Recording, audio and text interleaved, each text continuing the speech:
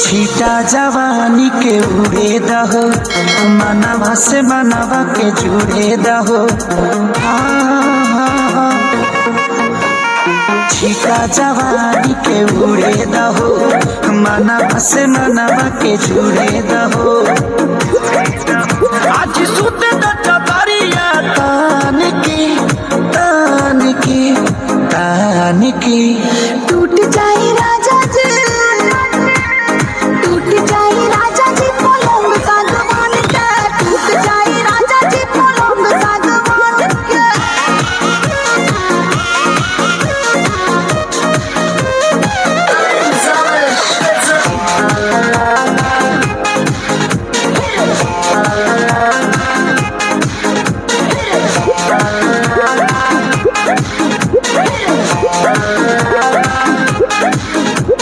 छुए त बदन की देखो न कटन की चादर बिछा देहनी। पलंग जी मन पिघलाती हनी, पलंग पर झुलुआ झुलाती हनी।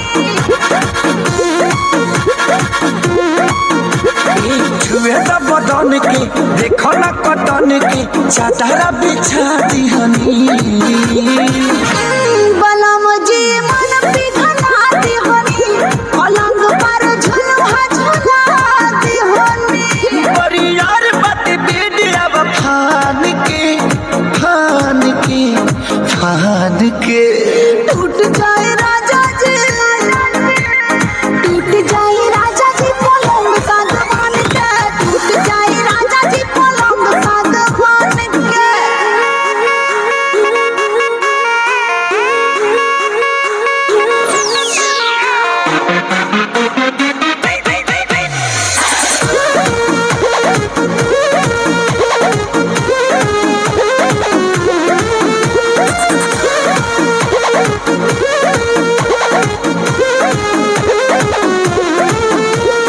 बने त बेसरमी देहिया में गरमी पैठे लागी गो।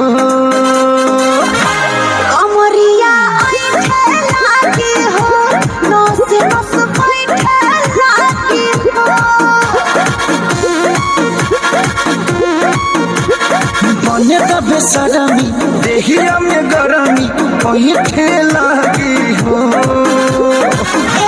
कमरिया ऐठे लागी हो, नस नस बैठे लागी हो।